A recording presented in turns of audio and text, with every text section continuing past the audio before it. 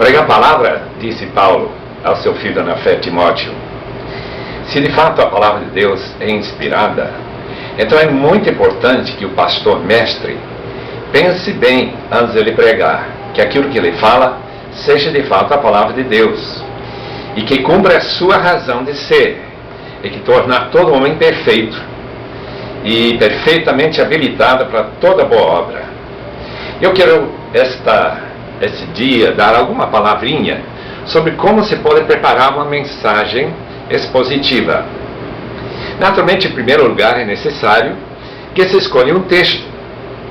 O texto deve ter integridade, deve ser um parágrafo, pode ser um ditado, pode ser um mandamento, mas que seja íntegro e que tenha coesão e que tenha uma certa dinâmica, porque a gente está pensando em chegar a alguma conclusão.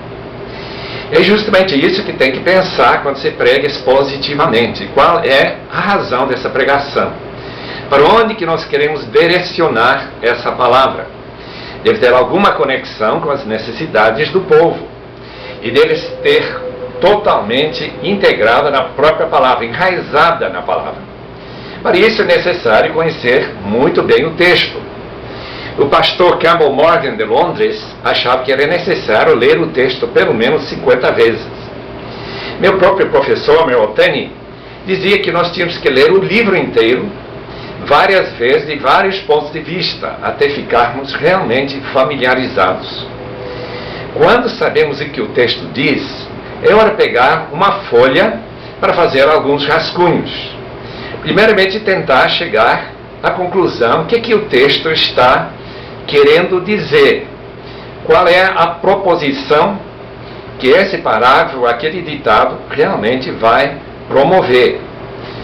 Seu objetivo, uma vez reconhecido e sintetizado, a gente escreve, porque isto é aquilo sobre o qual a mensagem deve ser composta.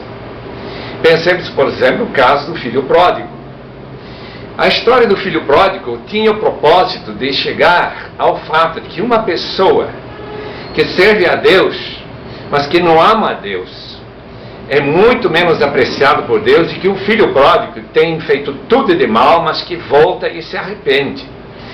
Esse sendo sintetizado numa proposição, agora se procura no próprio texto os alicerces necessários para fazer com que essa mensagem seja reconhecida pelo povo e que chegue a trazer um comprometimento com o próprio texto.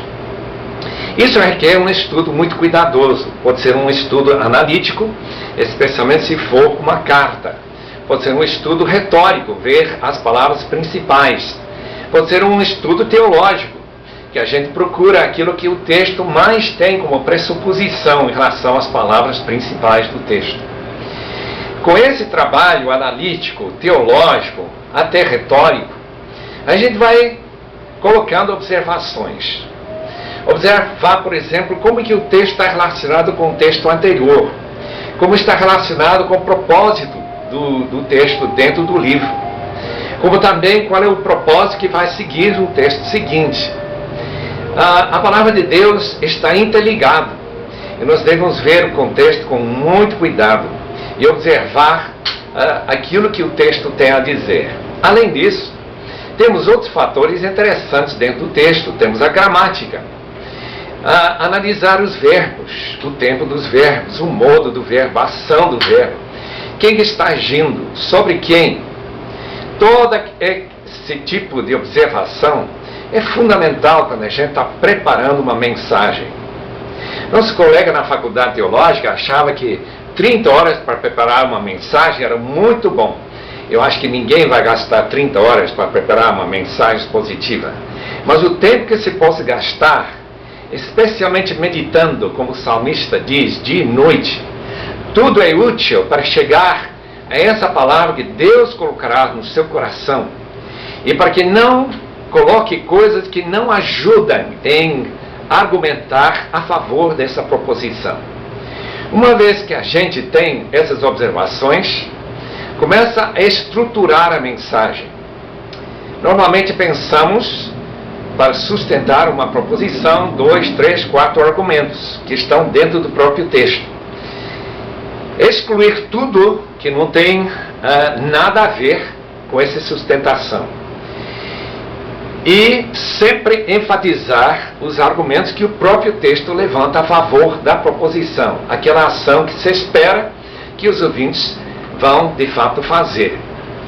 Uma vez que se começa a fazer essa estruturação e procurar esses argumentos, colocá-los em numeração de progressão, de direção, aí pensa na conclusão. A conclusão não é apenas uma repetição daquilo que já foi dito, mas é a proposição colocada como uma espécie de apelo. É para que os ouvintes realmente pensem seriamente em fazer aquilo que o texto recomenda, que haja um verdadeiro comprometimento. Muitas mensagens terminam sem uma conclusão, simplesmente deixam lá no ar. Uma vez que se chega à conclusão, é hora de pensar na introdução e nas ilustrações. A introdução é necessária para interessar os ouvintes no texto, para que eles realmente liguem suas mentes naquilo que vai ser dito, que eles sintam grande interesse no tema. Além do mais, as ilustrações devem dar uma força maior àquilo que está sendo ensinado. Ilustrações são como janelas que abrem a mente para receber a palavra do Senhor. Uma vez preparada essa mensagem, então naturalmente é necessário esse dobrar dos joelhos, de muita oração, para que Deus coloque seu Espírito a acompanhar e dar força, para que as palavras sejam de fato vivas e não simplesmente mortas. Mas para isso eu quero deixar mais um instante a falar sobre a eficácia da mensagem. Para agora é suficiente pensar, trabalhar com o texto, nunca fugir daquela intenção e objetivo que o autor teve, e dar muita atenção a todos aqueles elementos para estruturar uma proposição e seus argumentos, para que essa mensagem de fato alcance o coração dos ouvintes. Deus os abençoe neste santo trabalho de pregar a palavra.